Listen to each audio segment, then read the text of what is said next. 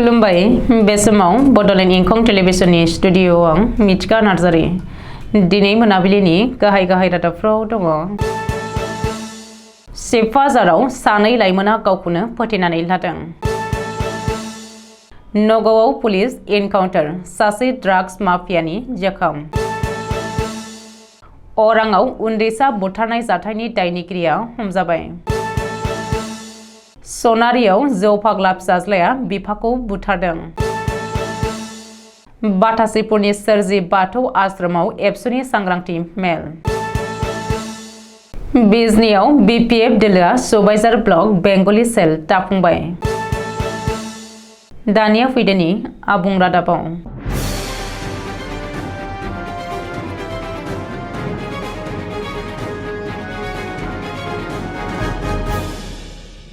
दरं जिल्लानि सिपबाजाराव बयखौबो सोमोनांहोनाय मोनसे दुखुनांथाव जाथाय।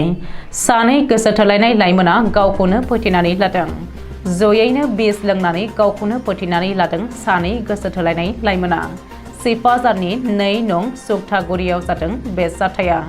बबेखानि गावखौनो फोथैनानै लानाय हिन्जावसाया उन्दै बैसोनि आरो बियो 9 थाखोनि फरायसुलि आरो सेंग्राया कलेजाव फरायोमोन। सुलुङाव फोरमायथिनाय बायदिब्ला समबारखालि हराव गोसो थोनाय सेंग्रानि न'आवनो बिसोर सानैबो बिस लोंदोंमोन आरो बेनि बागै गुमुर मोननाय लोगो लोगोनो बिसोर सानैखौबो देहा फाहामसालियाव लांनाय जादोंमोन। नाथाय देहा फाहामसालि सौहैनायनि सिगां लामा ससेयावनो सानैबो लाइमोना जिउ नागारो। बबेखानि 9 थाखोनि उन्दै हिन्जावसा आरो कलेजाव फरायनाय लाइमोना गोसो थोलायनायनि केसखौ लानानैनो सानैबो बिस लोंनानै फोथैनानै लादों होननानै सन्देह खालामनाय जादों।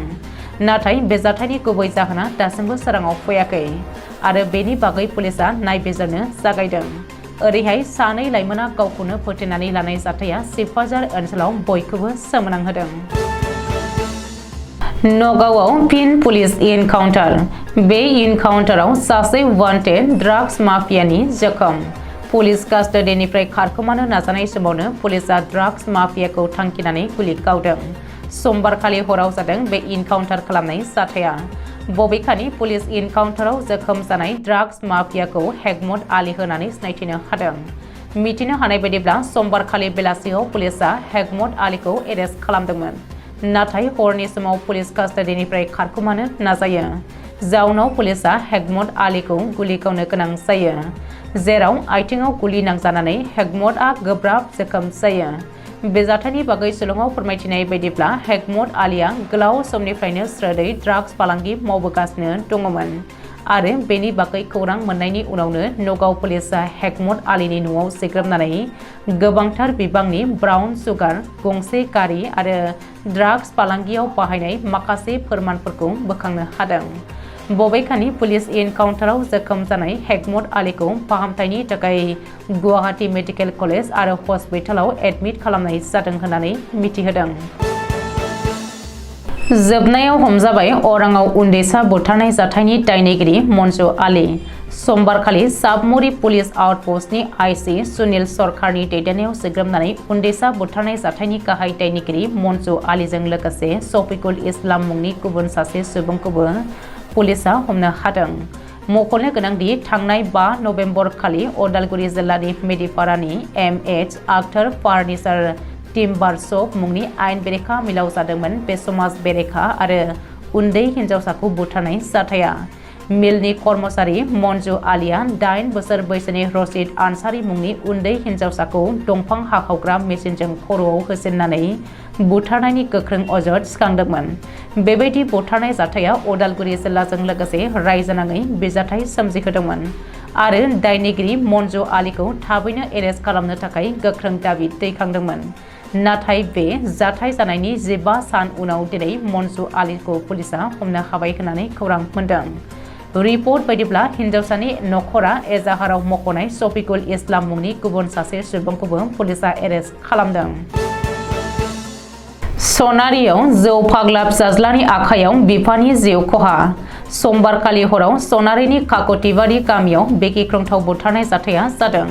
मिथिनो हानाय बायदिब्ला समबारखालि हराव शिबसागर जिल्लानि सनारियाव सासे जौ फाग्ला फिसाज्लाया गावनि बिफाखौ बुग्लिनानै जिउ फोजोबदों।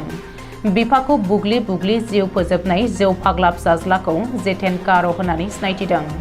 जितेन गारुआ जौ लोंनानै फैनानै मोनसे फिसा इसोरखौनो गेदेर खालामफैदोंमोन। बेनि उनाव रागा खरिया फिसाज्लाया बिखौ थैजासे बुग्लियो। ओरैहाय बे जाथायनि बागै खौरां मोननाय लोगो लोगो सनारि पुलिसा जाथायसालियाव थांनानै जौ फाग्ला जितेन गारुखौ एरेस्ट खालामनानै कास्टडियाव लायो आरो बिफानि गोथै सहखौ पस्टमर्टेम आनजाद नायनो दैथायहरो होननानै मिथिनो हादों। सा धेकियाजुलि दख'रा दुलाराय बर' फरायसा आफादनि बानजायनायाव दिनै बाटासिपुरनि सोरजि बाथौ आश्रमाव फरायसाफोरखौ लानानै बर' माहारिबाद आरो जिउ राहा दानायनि सायाव सांग्रांथि मेल खुंदों। सा धेकियाजुलि दख'रा एबसुनि आफादगिरि रादाय बसुमतारिया मासि लानानै दैदेननाय सांग्रांथि मेलावनो गाहाय आलासि महरै बाहागो लायो दुलाराय बर' फरायसा आफादनि बुंथिगिरि अबित नार्जारिया आरो मेलखौ बेखेवनानै होयो सनितपुर जिल्ला दुलाराय बर' फरायसा आफादनि बोसोनगिरि शरतजों बसुमतारिया। गाहाय आलासि महरै बाहागो लानानै बिथाङा साफ्रोमबो बिमा बिफाखौनो गावबा गावनि गथ'फोरखौ बर' बिजोंखौ सायख'नानै फोरोंनायनि थाखाय साबायखर बावग्रोयो। उन्दै समनिफ्रायनो आरो फरायसा समावनो गावनि थांखिखौ थि खालामनायजोंनो साफ्रोमबो फरायसाफोरखौ जेब्लाबो गुरै आखुनि जानो खावलायनानै गोब्राबै बावसोमनानै फरायनो खावलायो। बर' हारिनि इयुना आथिखालनि फरायसाफोरनि आखायावसो। बेनिखायनो फरायसाफोरा रोङैखौ एबा बुजियैफोरखौ फोरोंगिरिफोरजों आंगो जानानै गेबेङै सोंनानै बुजिनानै लानो बयखौबो खावलायो। बे हाबाफारियाव सनितपुर जिल्ला एबसुनि लोगो गाहाय नेहाथारि फोरमायग्रा बसुमतारिया बुंथिगिरि महरै बाहागो लानायजों लोगोसे नोजोरबोआरि महरै गोरायुं तुफान बर'आबो बाहागो लादोंमोन। फैगौ लकसभा बिसायख'थिनि सिगां हाग्रामा महिलारिजों दैदेनजानाय बिपिएफ दोलोआ बिजनीआव सुबाइजार ब्लक कमिटि बेंगली सेल दाफुंबाय। बिजनी पेटागावआव थानाय सुबाइजार ब्लक कमिटि बिपिएफनि मावख' साइनाल बसुमतारी हलाव जालांनाय बे मेलखौ मासि दैदेनदोंमोन बिजनी जिल्ला बेंगली सेलनि आफादगिरि जयन्त सरकारा। बे बेंगली सेल दाफुंनाय हाबाफारिनि जोहै सुशील समखौ आफादगिरि आरो अमल चन्द्र दासखौ गाहाय नेहाथारि महरै गासै सा 30निबो मोनसे सेल आफाद दाफुंनानै होनाय जायो। दिनैनि बे बेंगली सेल दाफुंनाय हाबाफारियाव बिपिएफ दोलोनि पिएमबि बर्डनि सोद्रोमा सन्तला बसुमतारी, बिजनी जिल्ला बिपिएफनि कमिटि आफादगिरि रमाकान्त बसुमतारी, लेङाइ आफादगिरि करगेश्वर बसुमतारी, अबिलाल ब्रह्म, प्रसन्न मुखार्जी, प्रदीप ब्रह्म, लोगो नेहाथारि रन्जन मुसाहारि, सुबाइजार ब्लक कमिटि बिपिएफ दोलोनि आफादगिरि तानेश्वर नार्जारी, गाहाय नेहाथारि बिन्दु बर', लाइमोन गांखं बिजनी जिल्ला बिपिएफ कमिटिनि आफादगिरि सुभाष बर', लेङाइ आफादगिरि देम्बेश्वर बर' आरो गाहाय नेहाथारि सन्जीब मण्डल, लोगो नेहाथारि गौतम मालाकार आरो गोबां मावथिफोरा नुजादोंमोन।